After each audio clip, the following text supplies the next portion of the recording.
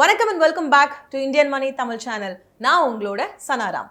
Stock மார்க்கெட்ல எப்படி invest பண்றது, நான் எப்படி ஷேர்ஸ் வாங்குறது, இந்த क्वेश्चन நிறைய பேர் வந்து கேட்டிருந்தாங்க. அவங்களுக்காக தான் இந்த வீடியோ. ஸோ ரெண்டு வேஸ் இருக்குங்க, அதாவது ரெண்டு வழி இருக்கு நீங்க வந்து ஸ்டாக் மார்க்கெட்ல இன்வெஸ்ட் பண்றதுக்கு.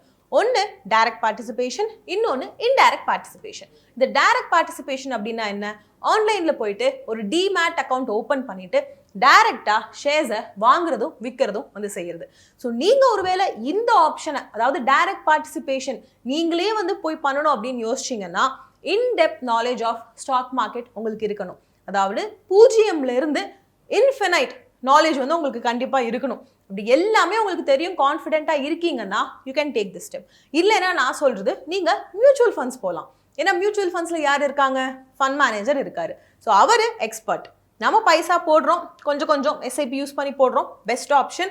அப்படி போட்டோம் அப்படின்னா அவர் கரெக்டாக இன்வெஸ்ட் பண்ணிட்டு நமக்கு ரிட்டர்ன்ஸ் வந்து பார்த்து கொடுப்பாரு. ஸோ இந்த ரெண்டு வழி தான் வந்துட்டு நீங்க ஸ்டாக்ஸ்ல இன்வெஸ்ட் பண்ணக்கூடிய வழி. ஸோ ஒன்று டைரக்ட் பார்ட்டிசிபேஷன், நம்மளே இறங்கி அதை பண்றது.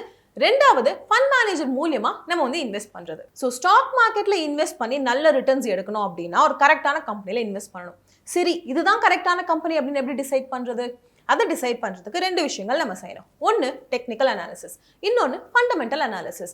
இந்த வீடியோவில் நான் உங்களுக்கு ஃபண்டமெண்டல் அனாலிசிஸ் பற்றி சொல்ல போகிறேன். ஸோ ஒரு எக்ஸாம்பிளுக்கு எடுத்துக்கோங்களேன், நம்ம வீட்டில் ஒரு குழந்தை இருக்காங்க, குழந்தைய ஸ்கூலில் சேர்க்கணும். டக்குன்னு கொண்டு போயிட்டு அந்த குழந்தைய அப்படியே ஏதாவது ஒரு ஸ்கூலில் சேர்த்துருவோமா? மாட்டோம். அந்த ஸ்கூலை பற்றின ரிசர்ச் கம்ப்ளீட்டாக வந்து செய்வோமா?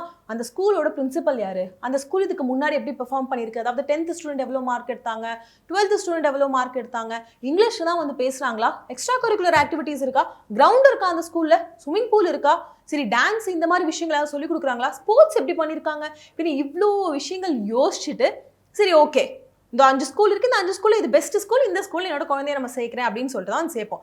ஸோ இந்த இடத்துல நம்ம என்ன பண்ணுறோம், ஒரு ரிசர்ச் கண்டக்ட் பண்ணுறோம். அந்த ரிசர்ச்சை ஒரு கம்பெனி மேலே கண்டக்ட் பண்ணுறது தான் ஃபண்டமெண்டல் அனாலிசிஸ். ஸோ இந்த ஃபண்டமெண்டல் அனாலிசிஸ் ரெண்டு டைப் இருக்குது, quantitative, qualitative. So first one qualitative analysis.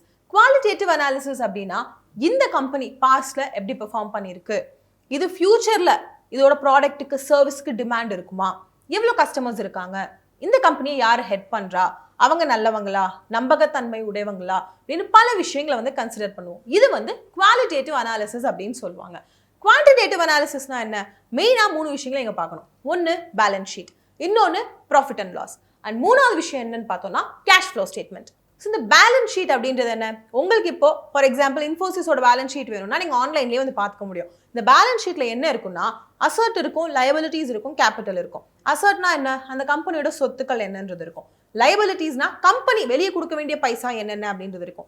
கேபிட்டல்னா என்ன, இந்த ஷேர்ஸ் வித்துட்டு அவங்களுக்கு கொஞ்சம் பைசா வந்திருக்கும் தெரியுமா, ஸோ மக்கள் எவ்வளோ வாங்குறாங்க அப்படின்னு எல்லாம் தெரிஞ்சுக்கிறதுக்கு ஒரு கம்ப்ளீட் ஒரு ஃபுல் ஷீட், அதுதான் வந்துட்டு பேலன்ஸ் ஷீட். ஸோ இது கண்டிப்பாக வந்து செக் பண்ணாமல் இருக்கக்கூடாது. இது ஆன்லைனில் அவைலபிளாக இருக்கும். அடுத்தது என்ன, profit and loss. Profit and லாஸ்னா என்ன, இப்போ நமக்கு வந்து இவ்வளோ ப்ராஃபிட், அதாவது ரெவென்யூ வந்து கிடைக்குது.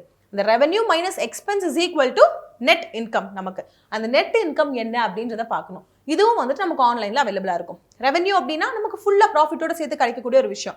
அதுக்கப்புறம் கண்டிப்பாக அந்த கம்பெனிக்கு எக்ஸ்பென்சஸ் இருக்கும். அந்த எக்ஸ்பென்சஸ்லாம் கழிச்சதுக்கு அப்புறம் லாஸ்ட்டாக கிடைக்கக்கூடிய அந்த அமௌண்ட், அது வந்து நல்ல அமௌண்ட்டாக இருக்கா அப்படின்றத பார்க்கணும். ஸோ அடுத்தது cash flow statement. Cash flow ஸ்டேட்மெண்ட்னா என்ன, இந்த கம்பெனி கடன் வாங்கி கம்பெனியை ஓட்டுறாங்களா, இல்லை உங்களுக்கு ப்ராஃபிட் கிடைக்குதா.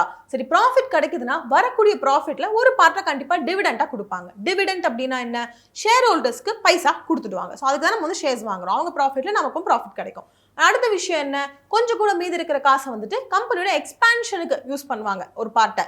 ஸோ இந்த மாதிரி கேஷ் இன்ஃப்ளோ என்ன, கேஷ் அவுட்ஃப்ளோ என்ன, எப்படி வருது எப்படி போகுது, ஒரு கம்பெனி இதை எப்படி மெயின்டைன் பண்ணுறாங்க, கரெக்டான இடத்துல இன்வெஸ்ட் பண்ணி கம்பெனி டெவலப் பண்ணுறாங்களா அப்படின்லாம் வந்து நம்ம பார்க்கறதுக்கு நமக்கு இருக்கக்கூடிய ஒரு சோர்ஸ் தான் இந்த கேஷ் ஃப்ளோ ஸ்டேட்மெண்ட். ஸோ இதை வந்துட்டு கண்டிப்பாக நம்ம செக் பண்ணணும். ஏன்னா நம்மளால ஃபோர்ஸி பண்ண முடியும். சரி, இப்படிலாம் செலவு பண்ணுறாங்க, ஓகே ஃபைன், கண்டிப்பாக இந்த கம்பெனி வந்துட்டு இன்னும் கொஞ்சம் வருஷத்தில் வளரும்.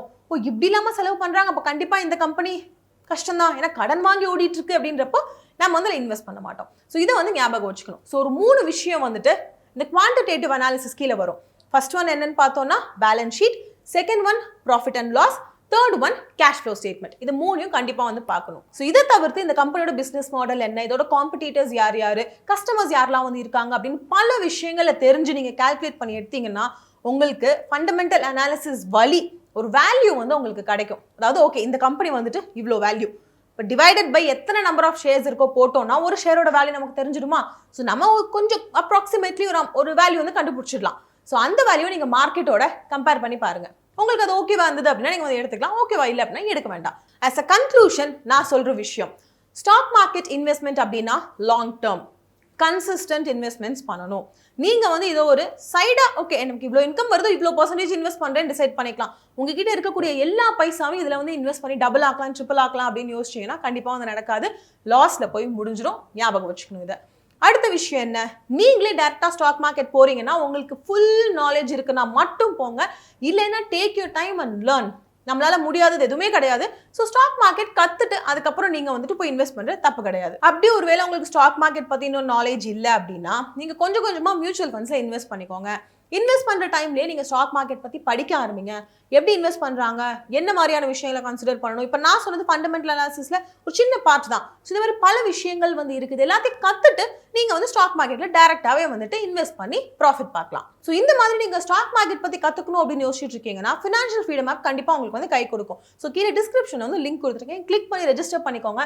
எல்லாத்துக்குமே செப்பரேட்டான கோர்சஸ் இருக்கும். ஸோ உங்களுக்கு கண்டிப்பா வந்துட்டு ஃபினான்ஸ் பத்தி ஒரு கம்ப்ளீட் இன்டெப்த் நாலேஜ் வந்து கிடைக்கும். ஸோ இந்த ஆப்பர்ச்சுனிட்டியை மிஸ் பண்ண வேண்டாம். உங்களுக்கு டவுட் வந்தா கிளியர் பண்றதுக்கு கோச்சஸ் இருக்காங்க. ஸோ லிங்கை கிளிக் பண்ணிட்டு உங்களை ரெஜிஸ்டர் பண்ணிக்கோங்க. இந்த வீடியோ முடிக்கிறதுக்கு முன்னாடி ரெண்டு விஷயம் சொல்லிடுறேன். இன்வெஸ்ட்மெண்ட் அப்படின்றது எப்பயுமே லாங் டேர்முக்கு யோசிங்க.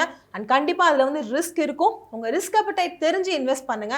அண்ட் ஸ்டாக் மார்க்கெட் பத்தி கம்ப்ளீட்டான நாலேஜ் இல்லைன்னா டைரக்டா இன்வெஸ்ட் பண்ண வேண்டாம், மியூச்சுவல் ஃபண்ட் சைட் போடுறது நல்லது. சைட் பை சைட் கத்துக்கிட்டு கொஞ்சம் கொஞ்சமா நீங்களே வந்துட்டு இன்வெஸ்ட் பண்ண ஸ்டார்ட் பண்ணுங்க அப்படின்றத சொல்லிட்டு இந்த வீடியோ நான் முடிச்சுக்கிறேன். அடுத்த வீடியோல திரும்ப உங்களை மீட் பண்றேன். அது வரைக்கும் நீங்க உங்களை நல்லா பார்த்துக்கோங்க. நன்றி, வணக்கம். Father says, my son doesn't know the value of money. Son says, my father has not created enough wealth for me. Past is past. You can't change the past, but you can build the future. 1 million families are building their future with Financial Freedom App. You desire to build. Start your journey to become rich with Financial Freedom App. Be wise, get rich.